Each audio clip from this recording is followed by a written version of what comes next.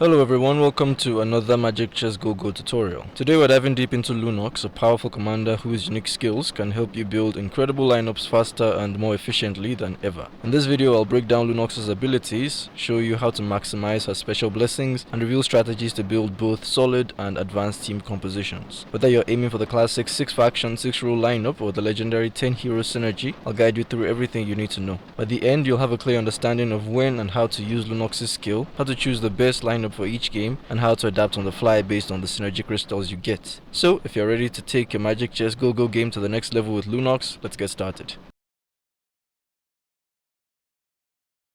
Let's start by understanding how her skills work. Lunox's first skill lets you choose any hero without a blessing after stage 2 and instantly grant them a random blessing, allowing you to complete your synergies faster. Note, however, that the blessing you get from her skill cannot benefit from the Firebond synergy, nor can it be shifted. Because the skill can only be used once per game, it is crucial to choose carefully when and on whom you use it. Her second skill grants you 4 random heroes from the synergy that received a blessing through the first skill based on the current shop refresh probabilities, allowing you to quickly build up the blessed synergy. Together, these skills form the foundation for building a wide variety of powerful lineups, including the legendary 10 hero lineups. But how exactly can you make the most out of Lunox's skills to build the strongest team? Let's dive into my recommended strategy.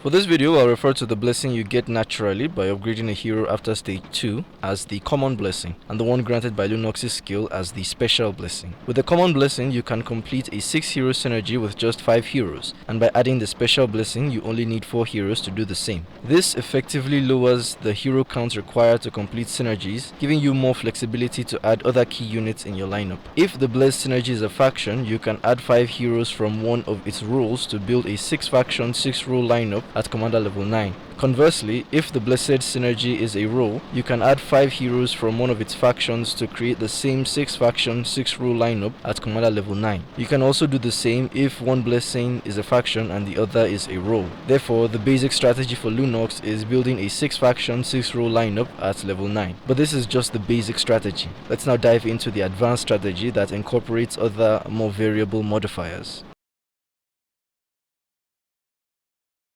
The key modifier in the advanced strategy is the synergy crystals, which you can obtain from Go cards and or the Go box. If both your common and special blessings belong to a 10 hero faction, you can complete the powerful 10 hero synergy by obtaining 2 synergy crystals. The surest way to secure these 2 crystals is by obtaining one from a Go card and the other from the Go box. With this setup, you can complete a 10 hero synergy by deploying 6 heroes from the synergy, supported by 2 blessings, 1 common and 1 special, plus 2 synergy crystals. You can then add 3 heroes from one of its rules to build a 10 faction 4 rule lineup at level 9. Therefore, the advanced strategy for Lunox is to build a 10 faction 4 rule lineup at level 9, provided you manage to obtain 2 synergy crystals for the faction. But how do you know which lineups to use, and how do you know when or on whom you use the skill? Let's quickly answer these 2 questions.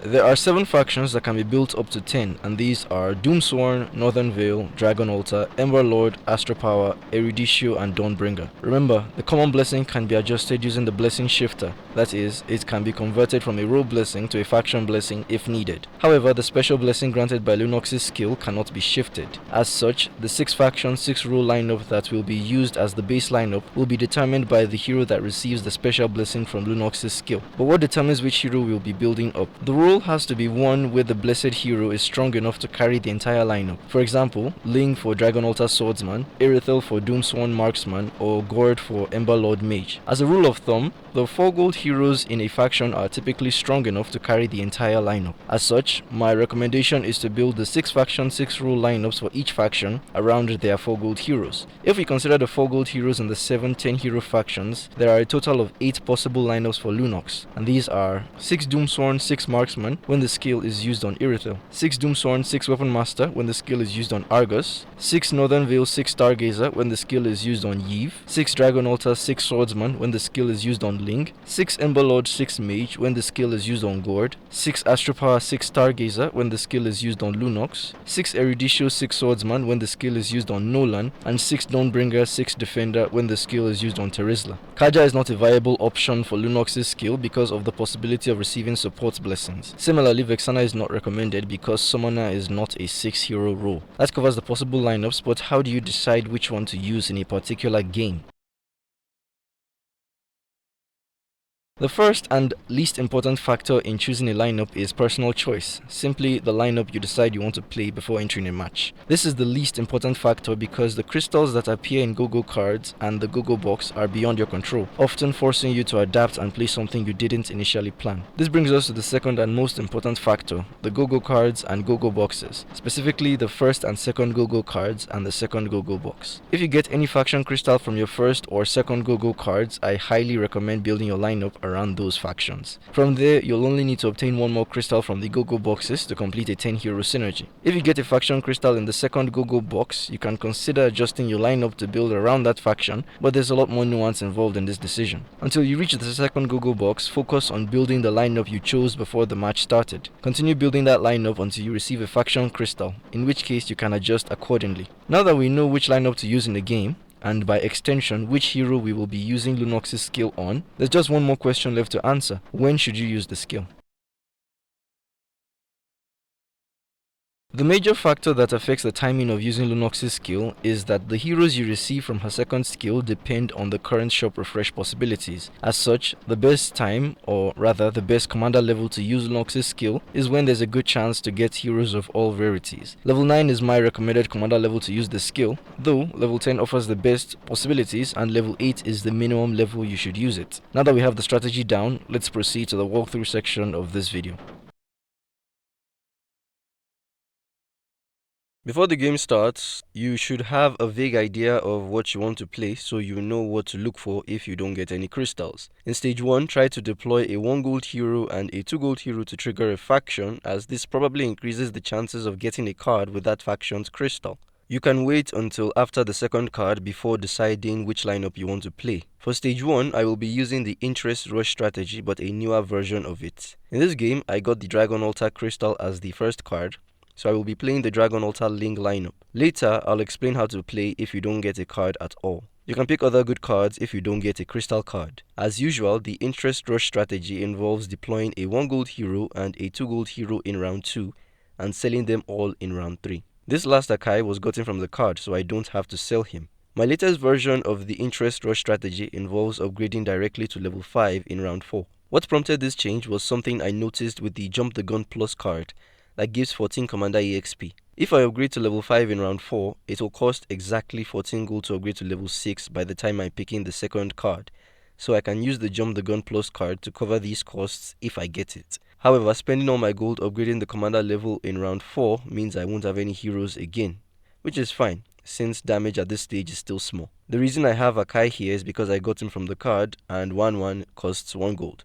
Another thing that can determine which lineup you play is the first go-go box, though this is a more risky option. From here, you can pick a 4 gold hero and build around them. If I didn't already have a crystal, I could have picked that Lunox and built the Lunox comp. Though, like I said, this option is a more risky one because you will be passing up on getting a good item. The first goal now is to get a common blessing on a hero that belongs to the synergy of the crystal, in this case Dragon Altar. Here I got the blessing on 1/1 from the ones I bought in round 4, though I got Marksman blessing, which is fine for now. The next goal is to start collecting all the collectible heroes for the lineup. In this case, that will be collecting Dragon Altar and Swordsman heroes. Since I already have a crystal card, the second card can be anything good. I went with Premium Clients 1 for the free refreshes. The items you pick depend on which lineup you are playing. For a Ling build, Blade of Despair, Sea Halberd and War Axe are the core items. The next goal is to find the 4 gold hero for the synergy, in this case Ling. This can happen at level 6 if you are lucky, but sometimes you might need to upgrade to level 7 for that.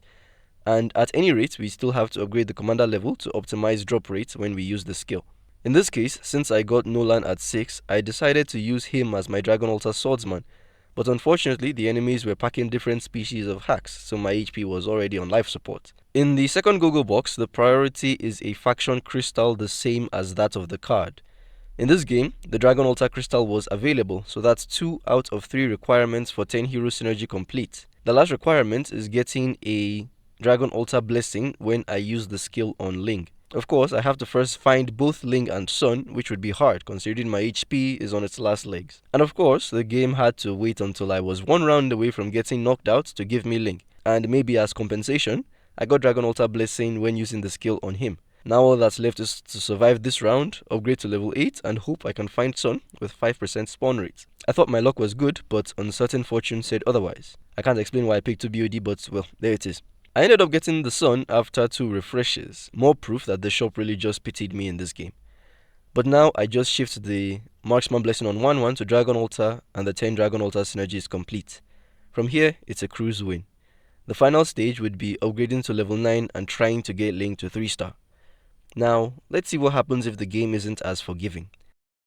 In this game, my first card was Team Mission, not a crystal card, so I was still undecided on a lineup. As usual, interest rush for stage 1. Then, on an absolute whim, I picked Irithel in the first box and decided I'd play the Irithel lineup. Like before, the early goals are to build a stable comp, get a blessing, and find the 4 gold hero. Though in this case, I'd already completed the 3rd goal. The second try with Uncertain Fortune turned out well, but that meant I still didn't have a crystal card. I then picked Blade of Despair instead of Golden Staff because I forgot Hanabi would be the carry. Then I used the seal once I got to level 7. That might be more practical than waiting till level 8, 9 or 10, as those levels are really high and you might die before then if you don't build fast enough. It turned out well. My special and common blessings ended up being Doomsworn, immediately triggering 6 Doomsworn. Now the target is a crystal from a box, and more importantly a crystal from the 3rd card. I got a crystal from the box, so all that remained was the 3rd card. And of course, the game wasn't ready to give me the win on a silver platter, as I didn't get the crystal card. But that's fine, I can still complete 10 if I get a 2nd crystal from the remaining boxes. Unlikely, but let's hold out hope. Also, this game made me realize how good customized recruitment 2 is if your lineup has more than 1 4 gold carry.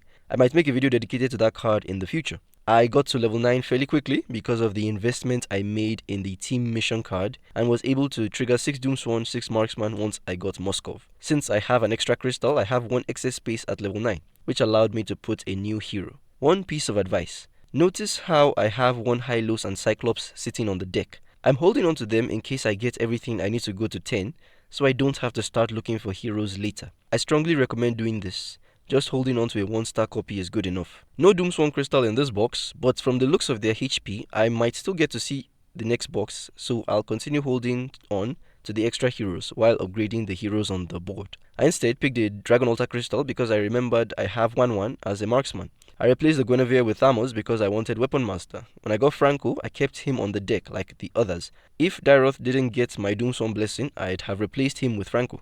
The customized recruitments really helped get the 4 gold heroes quickly, and I got Argus 3-star first. He's strong. Unfortunately, there was no Doomsworn crystal in the next and last box.